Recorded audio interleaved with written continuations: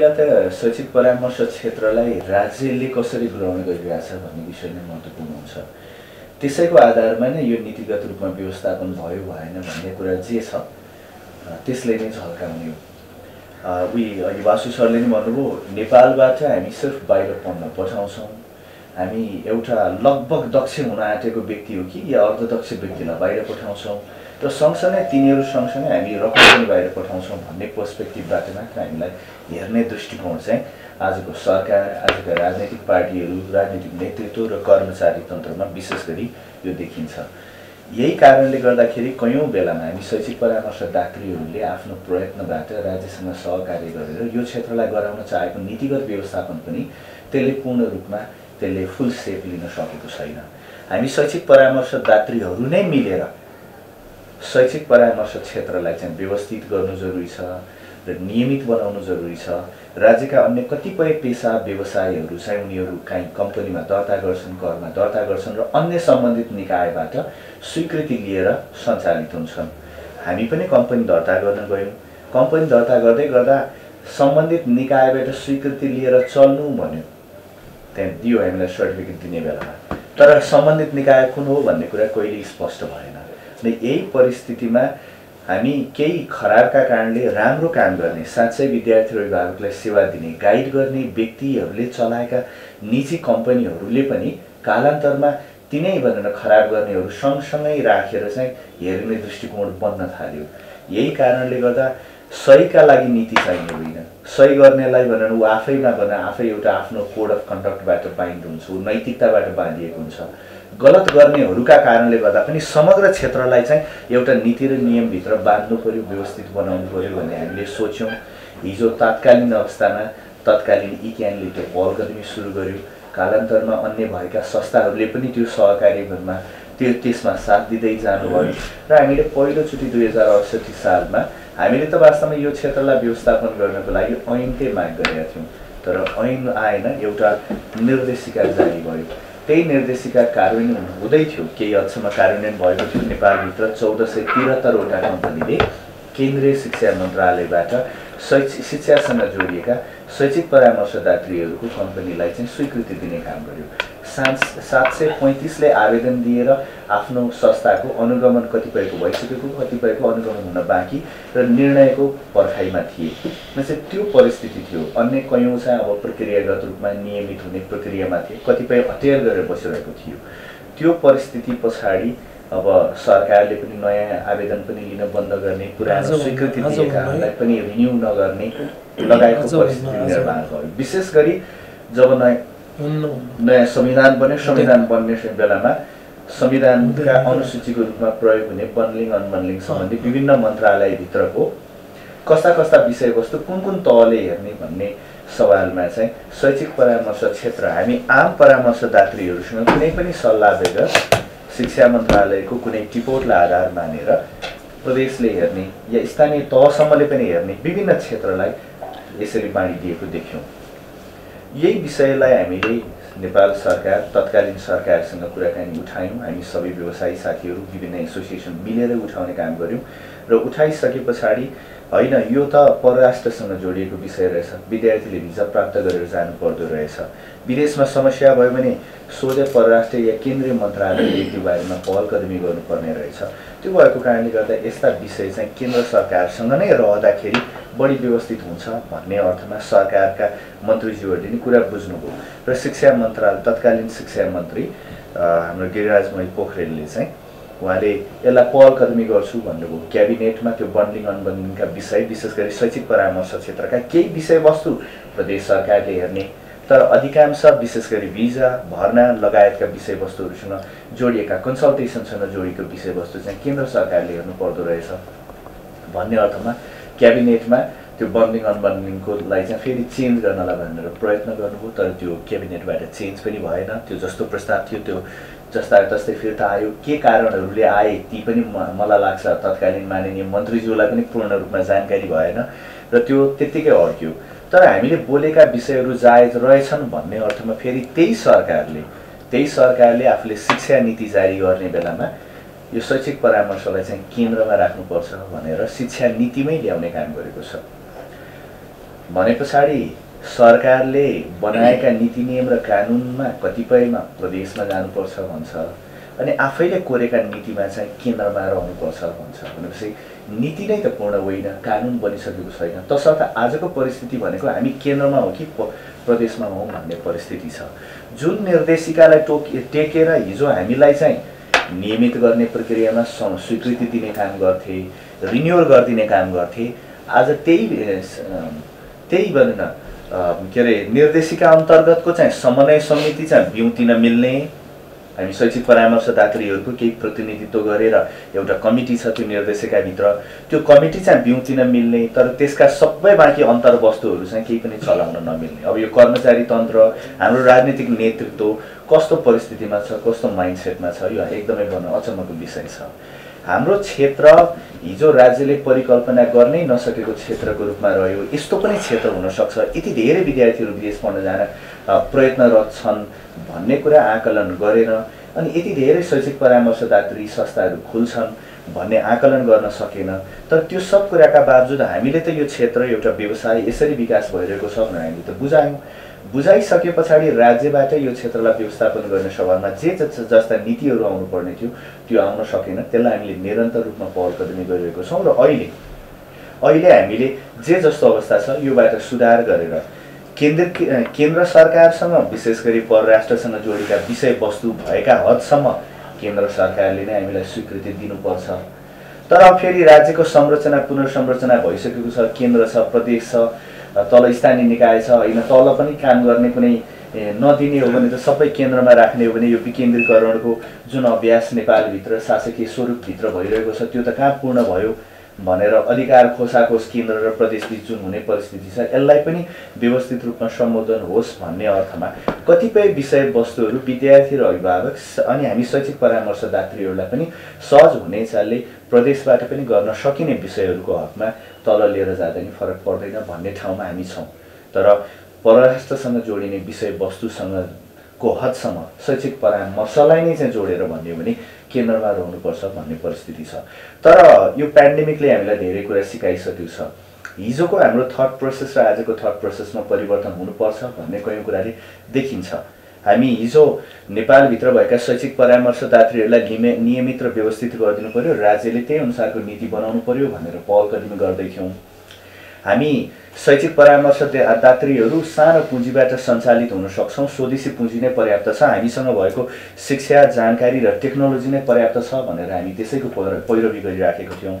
यस्तो सानो retail service सेक्टरमा विदेशी लगानी आवश्यक छैन। झन् हामी विकसित मुलुक होइनौँ, हामी अमेरिका होइनौँ, अस्ट्रेलिया होइनौँ, त्यो देशमा के छ भन्ने होइन कि हामी जस्तो विकासोन्मुख देशमा राज्यले नियन्त्रित रूपमा मात्र विदेशी लगानी आउन दिनुपर्छ भन्ने कुराको पक्षपाती पनि छौँ र त्यही हिसाबले हामी विदेशी लगानी कम्पनीहरू यो क्षेत्रमा आउनु हुँदैन भनेर विरोध गरिरहेकै परिस्थिति थियो भने त पछिल्लो चरणमा हामी अनलाइन पोर्टलहरूबाट विश्वको जुनसुकै कुनामा बसेर पनि नेपालमा फेसबुक मार्फत होस् या अन्य विभिन्न प्लेटफर्महरू मार्फत सोसियल मिडिया प्लेटफर्महरू मार्फत एडभर्टिजमेन्ट गरेर एप्लिकेसन लिने, यहाँ B2B र B2C दुईटा मोडल, एउटा त्यस्ता पोर्टलहरूले नेपालमै भएका कन्सल्टेन्सीहरूसँग एग्रिमेन्ट गरेर विद्यार्थी लिने एउटा B2B मोडल, अर्को त कहिलेकाहीँ विद्यार्थी स्वयंले नै आवेदन दिन पाउने बाटो पनि खोल्ने कोसिस गरेको देखिन्छ।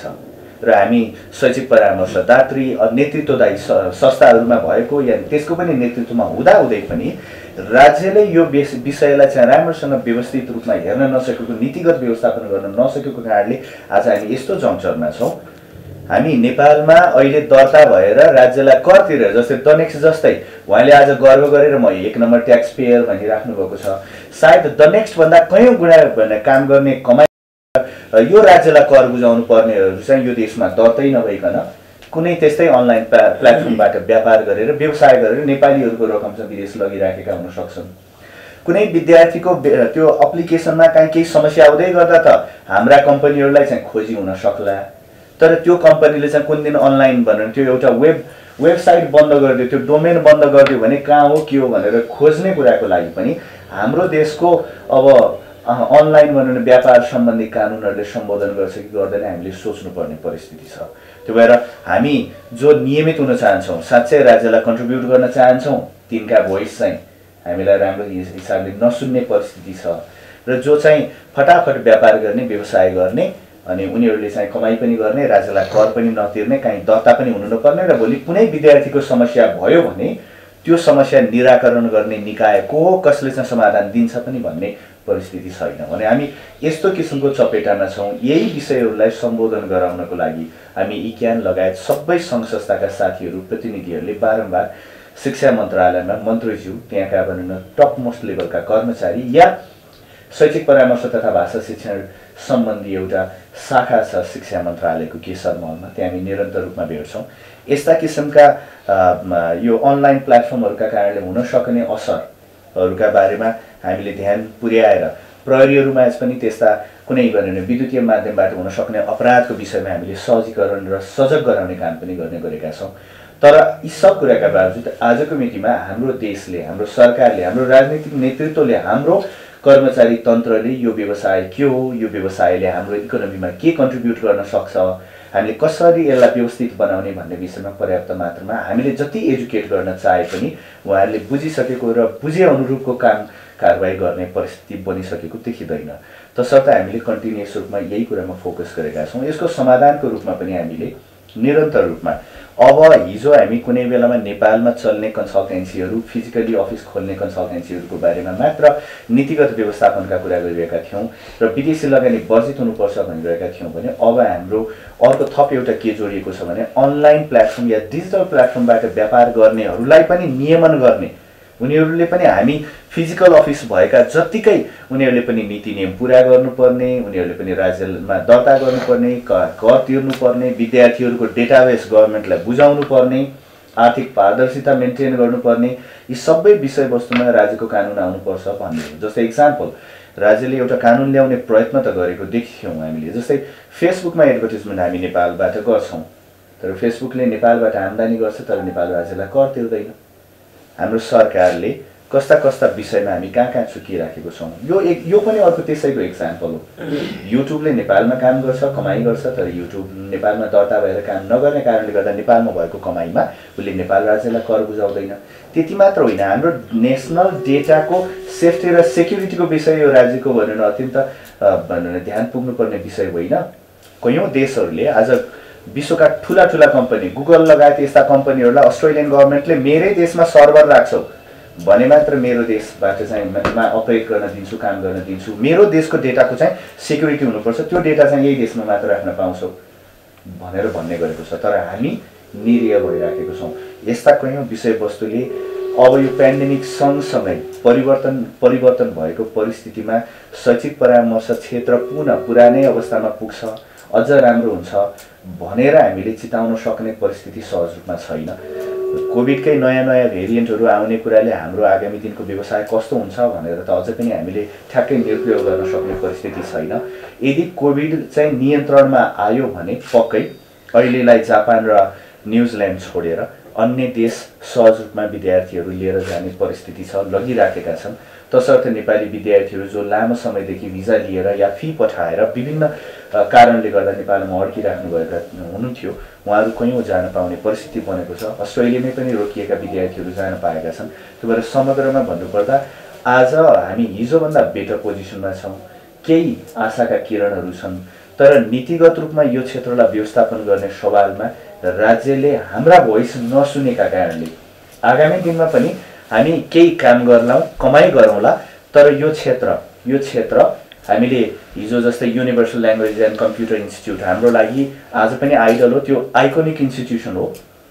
तर हिजो युएलसिए कहाँ थियो, आज युएलसिए कहाँ छ, आज द नेक्स्ट कहाँ छ, भोलि द नेक्स्ट कहाँ हुन्छ, आज मेट्स कहाँ छ, भोलि त्यो कहाँ हुन्छ भनेर चाहिँ यो इन्डस्ट्री बनाउनलाई, यसलाई एउटा इन्डस्ट्रीको रूपमा रिकग्नाइज गराउनलाई भनेर सदैव प्रयत्न गर्नेहरू चाहिँ हामी कतै अब्सोलेट भएर यो पेसाबाट बिदा हुनुपर्ने, राज्यले भनौँ न समयमै यसलाई व्यवस्थित गर्ने सवालमा ध्यान नपुर्याउने कुराले गर्दा हुने त होइन भन्ने चाहिँ एउटा प्रश्न चिन्ह चाहिँ छ।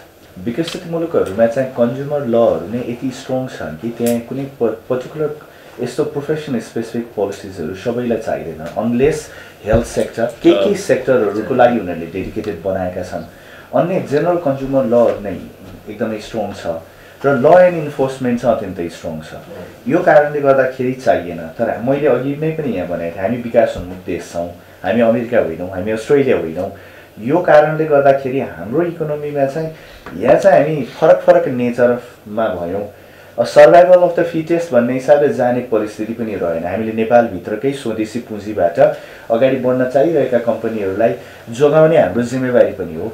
यसलाई आउँदैन त के भन्ने भएन, कि त इन्ट्रान्समा गाह्रो बनाउन सक्नु पर्यो, त्यो भएर पहिल्यै एउटा लेभलको क्वालिफाइडहरू मात्र आउँछन्, होइन सबैले सहज रूपमा आउन सक्ने वातावरण बनाउने भने तिनलाई एजुकेट गर्ने, ट्रेन गर्ने, डेभलप गर्ने लगायतका विषयमा चाहिँ हाम्रो जस्तो एसोसिएसनहरूको भूमिका हुनु पर्यो र त्यसलाई कन्टिन्युअस रूपमा रेगुलेट गर्ने भूमिका चाहिँ सरकारकै हुनुपर्छ भन्ने। किनभने हामी एसोसिएसनहरूमा बस्दै गर्दा एउटा लेभलको हामीले चेक गर्न सक्छौँ, तर हामी कामै चाहिँ 24 घण्टा त्यो कसले गल्ती गर्यो र कमी कमजोरी गर्यो भनेर हिँड्न त हामी भ्याउँदैनौँ नि त, होइन हामीसँग त्यो अथोरिटी पनि छैन। हामी त सेल्फ इम्पोज्ड भनेर एउटा बडी मात्र हौँ भनौँ न, हामीले चाहिँ हाम्रा मेम्बरलाई चाहिँ हाम्रो कोडबाट गाइड गर्ने काम गर्छौँ। तर समग्रमा अघि उत्तम सरले उठाउनु भएको एउटा विषय, हामी 15, 20, 25 वर्षदेखि यो प्रोफेसनमा भयौँ, हामीले प्रोफेसनभित्रका उतार चढावहरू देख्ने काम गऱ्यौँ, तर प्रोफेसनप्रति हेर्ने नजरियामा पनि हामीले परिवर्तन ल्याउन सकेनौँ। हाम्रो कन्ट्रिब्युसन के हो भन्ने कुरा पनि हामीले बुझाउन सकेनौँ भन्ने एउटा टाइपको एस्पेक्ट भन्नु त्यहाँ झल्किन्छ। मैले देखेको के हो भने चाहिँ हिजो कुनै बेलामा विदेशी नै क्रममा बढ्ने कारण चाहिँ कुनै बेलामा बनारस पढ्न जान्थे, त्यो शिक्षाकै निम्ति जान्थे, शिक्षित हुनका निम्ति जान्थे, आचार्यहरू बन्थे आउँथे, भनेपछि विदेश त शिक्षाका निम्ति विगतमा पनि गएकै थिए। पछिल्लो चरणमा माओवादी द्वन्द्वका कारणले केही गाह्रो अप्ठ्यारो विभिन्न कारणले नेपालभन्दा बाहिरिने क्रम बढ्यो, तर त्यही क्रममा पनि कयौँ देशले सहज रूपमा कहाँ नेपालीलाई बाहिर जान दियो होला र यही द्वन्द्वकै कारणले द्वन्द्वका भिक्टिम हुन् भनेर या द्वन्द्वका पक्षपाती हुन् भन्ने अर्थमा पनि सायद जाने कुरामा हामी नेपालीहरूलाई रोक्ने काम गर्यो। यस्तोसम्म भयो कि अस्ट्रेलियन गभर्मेन्टका भिजा अफिसरहरूले भिजा दिने भने त्यहाँका इमिग्रेसनले भिजा दिँदै गर्दाखेरि पनि नेपालका पोलिटिकल कन्डिसनलाई पनि हाइलाइट गरेर रिजेक्सन भएको हामीले देख्ने मौका पाएको छ। अब विश्वमा धेरै थोरै प्रतिशत मान्छेहरू मात्र एन्टरप्रेन्योर बन्छन्, एन्टरप्रेन्योर बन्ने आँट राख्न सक्छन्। अधिकांश चाहिँ जागिर खाने, अरूकै जागिर खाने, सेल्फ इम्प्लोइड हुने होइन, अरूकोमै जागिर खाने सोच बनाएका छौँ। हाम्रो नेपालमा भएका पछिल्ला राजनीतिक परिवर्तनहरू पछाडि नेपालमा कति फ्याक्ट्री खुले त, कति रोजगारीका अवसरहरू खुलिराखेका छन् त। नेपालमा अहिले हाम्रो हरेक वर्ष एसई कम्प्लिट गर्ने कति विद्यार्थी निक्लिन्छ, हाई स्कुल बन्न सक्ने +2 सक्ने विद्यार्थी कति निक्लिन्छन्, ब्याचलर सक्ने कति निक्लिन्छन्, आकलन गरौँ, हेरौँ के जे मात्रामा विद्यार्थीहरू ग्रेजुएट भएर निक्लिराखेका छन् तिनलाई एउटा केपेबल ह्युमन रिसोर्सको रूपमा प्रयोग गर्न सक्ने मात्रामा रोजगारी सृजना भइराखेको छ त छैन। यो आजको हाम्रो तीतो सत्य यही नै हो। त्यो अर्थमा जसले धेरै खर्च गरेर विदेश पढ्न जान सक्छु भन्ने लाग्छ, आफू पनि पढाइमा राम्रा छन्, ती शिक्षाका निम्ति जान्छन्। जसले सक्दिनँ भन्ने लाग्छन् ती खाडी मुलुक लगायत अन्त देश जान्छन्। त्यो भएर यो आज विदेश जाने कुरामा चाहिँ कन्ट्रिब्युसन शैक्षिक परामर्शदात्रीहरूको बढी भयो भन्ने कहीँ कतै ठहर छ भने मलाई लाग्छ यो गलत छ। हामी त के हो भने कसैले नगई छोड्दिनँ भनेर एउटा माइन्डसेट बनाएको छ भने तिनलाई लजिकल एन्डमा पुर्याउँ, तिनलाई बिना जानकारी नजाउँ, थोरै जानकारी सहित नजाउँ, विदेशमा गएर गाह्रो अप्ठ्यारो हुन्छ, के फरक पर्छ भन्ने कुरा नबुझिकन नजाउँ, बुझेर मात्र जाउँ भन्ने कुरामा हामी शैक्षिक परामर्शदात्रीहरूको भूमिका हुने गरेको छ। विशेष गरी एसोसिएसनमै आबद्ध भएर काम गर्ने साथीहरूको त झन् त्यो कुरामा सजगता छ। नेतृत्वले नि त्यही कुरालाई पुस गर्छ, मेम्बरले पनि त्यही गर्छ। एसोसिएसनभन्दा बाहिर बस्ने साथीहरू खराब हुनुहुन्छ भन्न खोजेको होइन, तर त्यहाँ चाहिँ अलिक बढी भनेर त्यो कोड अफ कन्डक्ट्सहरूलाई आफ्नो बिजनेसका इथिक्सहरूभन्दा बाहिर गएर पनि व्यवसाय मात्र गर्ने, कसरी हुन्छ विद्यार्थी पठाउने, बाँकी विद्यार्थीको भविष्य बन्छ बन्दैन, एउटा सबल सक्षम नागरिक बन्छ बन्दैन भन्ने हेर्ने भन्दा पनि त्यो पार्टीपट्टि बढी भनेर मोटिभेटेड भएको देख्छौँ। हामीलाई निरन्तर रूपमा आरोप लाग्छ कि भने हामीले बाहिर मात्र पठायौँ, यसमा पनि सत्यता छैन। हामीले बाहिर पठाउने मात्र काम गरेका छैनौँ, हामीले नेपालमा ल्याउने काम पनि गरेका छौँ। नेपालमा जुन रिमिटेन्स आउँछ, रिमिटेन्सका पनि विभिन्न मिन्सलाई यदि हामीले सेग्रिगेसन गरेर हेर्छौँ भने नेपालमा पढ्नका लागि पनि विदेशी विद्यार्थीहरू आउँछन्, त्यहाँबाट रकम आउँछ। नेपालको मेडिकल एजुकेसनप्रति विदेशी विद्यार्थीहरूको आकर्षण छ। केही विदेशी डिग्री पढाउने कलेजहरू जस्तै ब्रिटिस कलेजहरू लगायतले पनि केही विदेशी विद्यार्थी ल्याएर पढाउने गर्छन्। नेपालमा कल्चरल स्टडिज, बुद्धिज्म स्टडिजका लागि नेपाल विद्यार्थी पढ्न आउने गर्छन्। त्रिभुवन विश्वविद्यालयमा भाषाकै निम्ति पढ्न आउने भनेर विद्यार्थीहरू गर्छन्। हामी वर्षको 30-35-40 अर्ब रुपैयाँ विदेशिन्छ भन्दै गर्दा 4-5 अर्ब रुपैयाँ नेपालभित्र पनि बाहिरबाट आउने क्रम छ। नेपाललाई पनि शिक्षाको लागि रोज्ने व्यक्तिहरू पनि हुँदो रहेछ। नेपालमा पनि विभिन्न विषयमा पढ्न आउनेहरूको इन्ट्रेस्ट हुँदो रहेछ। विकसित मुलुकहरूबाट पनि एउटा देशबाट अर्को देश पढ्न जाने गर्छन्। आजै पनि अमेरिकाबाट जापान, जापानबाट अस्ट्रेलिया, अस्ट्रेलियाबाट जर्मनी, जर्मनीबाट अर्को देश पढ्न जान्छन् भने हामीले मैले के कुरा चाहिँ हामीले चेन्ज गर्नु पर्यो भन्ने कुरा राख्न खोजेको भने नेपालबाट बाहिर पढ्न जाने कुरा र पठाउने कुरालाई नै नेगेटिभली पर्सिभ गर्ने कुरा चाहिँ तोड्न आवश्यक छ। फरकदार एउटा मिडियाको रूपमा यो नोसनलाई चाहिँ फरकदारले चेन्ज गर्ने सोच बनाउनुपर्छ भन्ने पहिलो कुरो। यो नेपाली मात्र होइन, अन्य देशका विकसित मुलुकबाट पनि एउटा देशबाट अर्को देश पढ्न जान्छन्। एउटा देशबाट अर्को देश पढ्न जाने मात्र होइन, हाम्रो जस्तो मुलुकमा पनि अन्य विभिन्न इन्ट्रेस्ट सहित हाम्रो देशमा पनि पढ्न आउने गर्दा रहेछन्। तपाईँले भनेको डोमेनमा त्यो कुरा साँचो छ। त्रिभुवन विश्वविद्यालयमा हामी कम पढ्न ल्याउँछौँ, तर त्यो भाषा पढ्न पो कम ल्याउँछौँ त। तर हामी मेडिसिन एजुकेसनमा त हामी पर्याप्त मात्रामा कन्सल्टेन्सी लिने विद्यार्थी ल्याइराखेको छ नि त। हामी त्यो पनि अनरिकग्नाइज नजाओस् भन्ने चाहन्छौँ। इक्यानले हिजो कुनै बेलामा आजभन्दा करिब 12-13 वर्ष अगाडि हामीले पहिलो शैक्षिक मेला हामीले त्यति अहिलेको संसद भवन त्यो बेलाको कन्भेन्सन सेन्टरमा पहिलो मेला गर्दै गर्दा इक्यानको तर्फबाट हाम्रो एउटा नेतृत्वले उद्घोष गर्नुभएको थियो, नेपाललाई शैक्षिक गन्तव्यको रूपमा विकास गर्नुपर्छ।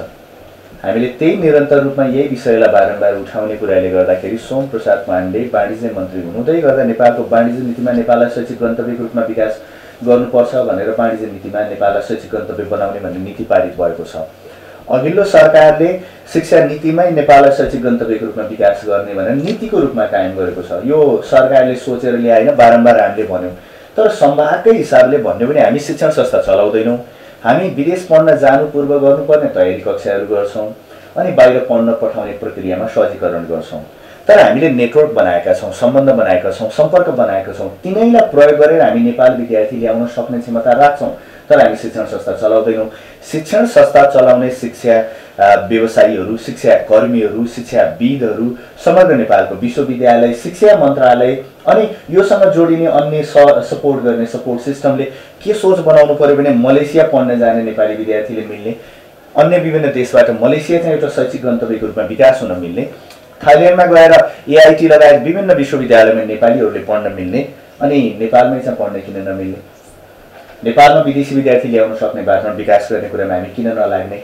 एउटा पाटो यो जोड्न चाहन्छु भने सबै विदेश पढ्न गएकाहरू फर्किँदैनन् भन्ने यो नोसन पनि चेन्ज हुनु जरुरी छ। आज नेपालबाट जे जति विद्यार्थी पढ्न जान्छन्, इन्डिया गएका चाहिँ कहाँ जान्छन् त? फर्केर नेपाल आएका छन् कि छैनन्? बङ्गलादेश पढ्न गएका नेपाल आएका छन् कि छैनन्? श्रीलङ्का पढ्न गएका, पाकिस्तान पढ्न गएका, फिलिपिन्स पढ्न गएका, थाइल्यान्ड, मलेसिया, चाइना लगायतका देश पढ्न गएका विद्यार्थीको सङ्ख्या चाहिँ किन जहिले नि हामीले छुटाउँछौँ? हामी किन अमेरिका, बेलायत, अस्ट्रेलिया गएका विद्यार्थीहरू मात्र फर्केनन् भन्ने कुरामा चाहिँ हामीले सिर्फ विदेश पलायन मात्र गऱ्यौँ भन्छौँ। त्यसमा त प्रकाश सर एउटा हामीले नेपालभित्रकै टियुको अत्यन्त उत्कृष्ट मेडिकल एजुकेसन इन्स्टिट्युसन हामीले बार हामी नेपालीहरूले ट्याक्स तिरेको पैसा होइन नेपालमा फ्री एजुकेसनको लागि स्कलरसिपमा डाक्टर पढाउने गर्छौँ। पछिल्लो 15-20-30 वर्षको आइओएमबाट मेडिकल ग्रेजुएट हुनेहरूलाई चाहिँ यही देशमा पढाएर कति रोक्ने काम गर्न सकेछौँ? एकचोटि सरले त्यसको डेटा निकालिदिनु पर्यो। विदेश हामीले पढ्न पठाएका मात्र पलायन भएका छन् कि यही देशभित्र हामीले कर तिरेकोबाट स्कलरसिपमा उत्कृष्ट पढाइ भनेर दाल भात हामीले तिरेका पैसाबाट खाएर राज्यले लगानी गरेर पढेकाहरू चाहिँ यो देशमा रोक्न सफल भएका छौँ। हो त्यो भएर शैक्षिक परामर्शदात्रीहरूले मात्र पलायन गरे भन्ने कुरा गलत छ। हामीले पढ्न पठाएका विद्यार्थीहरू दक्ष जनशक्ति बनेर कयौँ यही देशमा फर्केर आएर कन्ट्रिब्युट गरिराख्नु भएको छ, कयौँले कन्ट्रिब्युट गरिराख्नु भएको छ। कयौँ एनआरएन हुँदै गर्नुभएको छ भने पनि आज सेसहरू जस्ताले यहाँ आएर होइन सेराटन होटल खोल्ने भनेर लगानी गर्न सुरु गर्नुभएको छ। हामी कहाँ नेपालमा कफी कल्चर सुरु गराउने जावा होइन कफीको लागि फेमस प्रख्यात इन्स्टिट्युसन अस्ट्रेलियामा पढेर नेपालै फर्केर काम गर्नेहरू हुनुहुन्छ। हामीसँग अनगिन्ती एक्जाम्पल छन्, अलिकति अननोटिस्ड भएको मात्र हो। त्यो भएर हामीले पठाएका विद्यार्थीहरू नेपाल फर्केर पनि राम्रो गरिराख्नु भएको छ।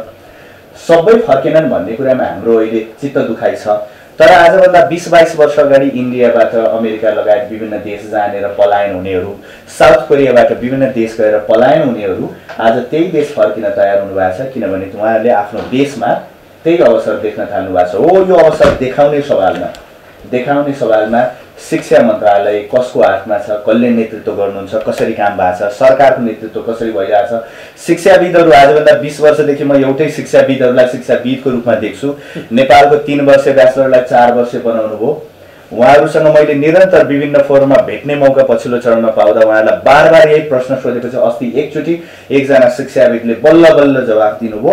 जवाफ के दिनुभयो भन्दा यो 3 वर्षलाई 4 वर्ष किन बनाउनु भयो, नेपालको एजुकेसन क्वालिटी भएन भन्दा होइन, छिटो वर्कफोर्स जोइन गरे जो रोजगारी दिन सकिएन, त्यो भएको कारणले 1 वर्ष ढिलो बनाएको मात्र भनेर जवाफ दिनुभयो। भनेपछि हाम्रो एजुकेसनमा कसरी क्वालिटीको बनाउन सकिन्छ भन्ने कुरामा हामीले प्रयत्न गरेका छैनौँ। रोक्ने, थेग्ने, छेक्ने प्रयत्न पनि गरेका छैनौँ। झन् पछिल्लो चरणमा त यो चिकित्सा शिक्षा आयोगले लिने जुन मेडिकल र प्यारामेडिकलको लागि कमन इन्ट्रान्स एक्जाम छ, त्यो इन्ट्रान्स एक्जाम वर्षको नेपालमा एकचोटि मात्र भर्ना लिने नेपालमा, त्यही भएको कारणले वर्षको एकचोटि मात्र गर्ने अरे उहाँहरूले। भनेपछि जसरी हुन्छ त्यसलाई कसरी रोक्ने प्रयत्न मात्र भइराखेको छ। नेपालभरिका 109वटा पिसिएल कलेजले 40 सिट चाहिँ नेपालमा पिसिएल पढाउने सिट गुमाइराखेका छन्। यदि कुनै कसैले विश्वविद्यालय र पिसिएल दुईटै पढाउँदै रहेछन् भने र एउटै हस्पिटल प्रयोग गरिरहेको छन् भने त्यो हस्पिटल चाहिँ प्रयोग एउटै हस्पिटल हुन नहुने, दुईटा लेभल पढाउनलाई दुईटा हस्पिटल हुनुपर्ने भन्ने एउटा नियम ल्याएर अब चाहिँ हामी नेपालभित्र कम्तीमा 4000 भन्दा बढी नेपाली नर्सिङ चाहिँ अब पिसिएल लेभलमा पढ्नलाई यसपालि रोक्दैछौँ।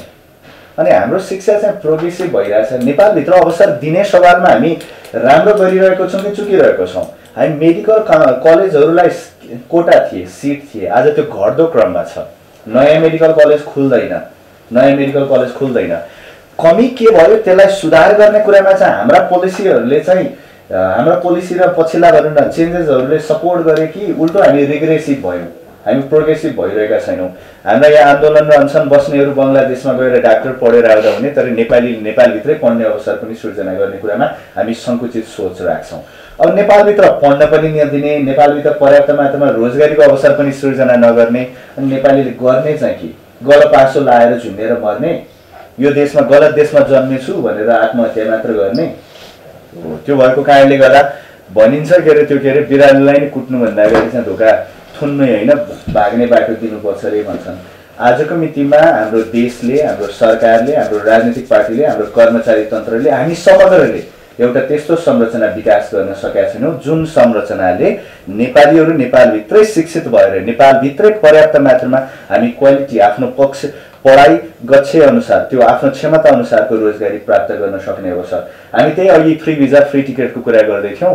हाम्रो श्रम मन्त्रालयले नेपालभित्र कति श्रमको चाहिँ कोटा थप्न सक्यौँ भनेर गर्व गर्दैन, कुन देशसँग फ्री भिजा फ्री कोटामा चाहिँ सम्झौता गर्यो भनेर गर्व गर्नुपर्ने देशमा अनि कुनै एउटा पक्षलाई आक्षेप लगाएर यिनीहरू चाहिँ देशद्रोही भनेर भयो र हामीले नै पठाएका विद्यार्थीहरू सक्षम एक हदसम्मको सक्षम बनेर यो देशमा एनआरएन बनेर आउँदै गर्दा तिनलाई रेड कार्पेट लाग्ने अनि हामीलाई चाहिँ सधैँ रेड लाइट मात्र देखाएर राख्ने कुरा कति न्यायोचित छ, यो चाहिँ सोचनीय विषय छ भन्ने लाग्छ। अहिले पनि हामी विद्यार्थीको समय बचत गर्ने, भर्ना बारम्बार लिएर पढ्न पाउने परिस्थिति निर्माण गर्दैनौँ। यहाँ एउटा एकाडेमिक सेसन छुट्यो भने विद्यार्थीले समय बचतका निम्ति पनि विदेश पढ्न जाने चाहना पनि व्यक्त गर्ने गर्छन्। यो कुरा हामीले हाम्रो शिक्षाभित्रको अहिलेको कमीको रूपमा देख्छौँ। हामी यही अहिले उत्तम सरले नेपालभित्र के गर्ने कोसिस गरिराख्नु भएको छ आफ्नै सेक्टरलाई भन्यो भने म त आफै इक्जाम्पल छु। म मेट्स एजुकेसन चलाउँथेँ, इन्डस्ट्रीकै one of the pioneer institution Orbit International यही इन्डस्ट्रीमै लगानी गर्ने काम गरिराखेका छौँ। उहाँलाई यो सुनाउनु पर्ने थियो। हामी इक्यानले यो कार्यकालमा यो पेन्डेमिक नभएको भए इक्यानको टोलीले चाहिँ नाप्सामा अमेरिकामा हुने एउटा उसमा इभेन्टमा एटेन्ड गर्ने र स्टडी इन नेपाल भन्ने ब्यानर बोक्ने र हामी नेपाललाई एजुकेसन हबको रूपमा भनेर बनाउनुपर्छ, नेपाल पढ्न जानुपर्छ भन्ने टाइपको मेसेजको चाहिँ कम्तीमा अन्तर्राष्ट्रिय रूपमा थालनी गर्ने एउटा साङ्केतिक मेसेज सुरु गर्ने भन्ने हामीले प्रयत्न गरेका थियौँ। त्यो चाहिँ हामीले भन्नु अब यो पेन्डेमिकको कारणले हामी आफै कोही पनि ट्राभल गर्न पाउने परिस्थिति बनेन। तर मोरओभर धेरै विषय उठेका छन्। डिजिटली हाम्रो नेपालमा अहिले पनि इन्टरनेटको स्पिड राम्रो छैन, हाम्रो डिजिटल लिट्रेसी स्ट्रङ छैन र डिजिटल लिट्रेसी स्ट्रङ नभएकै कारणले गर्दाखेरि हाम्रो गभर्नेन्स पनि प्रोपरली डिजिटल हुन सकेका छैन। तिनै कारणले अहिले हाम्रो नो अब्जेक्सन लेटरहरूकै पनि इस्युएन्समा यो चिकित्सा शिक्षा आयोग मात्र होइन, शिक्षा मन्त्रालयले दिने नो अब्जेक्सन लेटर पनि आज पनि टाइमली हुने गर्दैन, पूर्ण रूपमा डिजिटल छैन। त्यही भएर यी सब समस्याका बावजुद अघि मनोजीले भने जस्तै विषय के हो भने हाम्रो व्यवसाय अब उत्कृष्ट, नराम्रो होइन, उत्कृष्ट हुन सक्ने परिस्थितिमा छ। तर नेपाल राज्यकै लागि समग्र यो देशको नागरिक भएको अर्थमा हामी यो पेसामा भएको कारणले यो पेसासँग जोडिएका नीतिगत व्यवस्थापन समयमा गर्नाले यो क्षेत्र पनि व्यवस्थित बन्छ। 5-6 हजारवटा कन्सल्टेन्सी व्यवस्थित बन्छन्। 40-50 हजार जो प्रत्यक्ष रोजगारी अप्रत्यक्ष रूपमा यो क्षेत्रमा काम गरिरहेका छन् तिनले पनि न्यायोचित रूपमा आफ्नो कन्ट्रिब्युसनलाई राज्यले रिकग्नाइज गरिदिने अवसर पाउँछन्। जो विद्यार्थी हामीले बाहिर पढ्न पठाएछौँ ती पनि सक्षम नागरिक बन्छन्। नेपालभित्र अवसर सिर्जना गर्ने सवालमा हामी सबैले हातुमालो गर्दा उनीहरू यहाँ पनि आएर कन्ट्रिब्युट गर्छन्। आउन सक्ने परिस्थिति निर्माण भएको नदेख्दै गर्दा रिमिटेन्सका माध्यमबाट पनि समग्र नेपालको इकोनोमीमा कन्ट्रिब्युट गर्छन्। यिनै विषयवस्तुलाई बुझेर यो क्षेत्रलाई एउटा व्यवस्थित सेक्टरको रूपमा अगाडि बढाउने सवालमा राज्यबाट काम पनि हुनु पर्यो, हामी पनि गर्छौँ। मिडियाको पनि त्यही भूमिका हुनु पर्यो र यही प्रयत्न उत्तम सरले अघि भन्नुभएको विषयलाई चाहिँ जोडेर हामीले चाहिँ अस्ट्रेलियन गभर्मेन्टले पढाइ हुने जुन टेफ भोकेसनल एजुकेसन सम्बन्धी जोडेर बागमती प्रदेशमा चाहिँ यो शिक्षालाई चाहिँ वैधानिक तवरबाट भोकेसनल एजुकेसनमा पनि ल्याउन सकिन्छ कि भनेर अहिले प्रयत्न गरिराखेको छौँ। हामी नेपालमा ब्याचलर मास्टर्स पढ्न मात्र विदेशी डिग्री होइन, विदेशको चाहिँ भोकेसनल क्वालिफिकेसन नेपालमै पढाइ हुन सक्ने कानुनहरू ल्याउनको लागि भनेर बागमती प्रदेशमा प्रयत्नरत छौँ। यो पनि जानकारी गराउन चाहन्छु।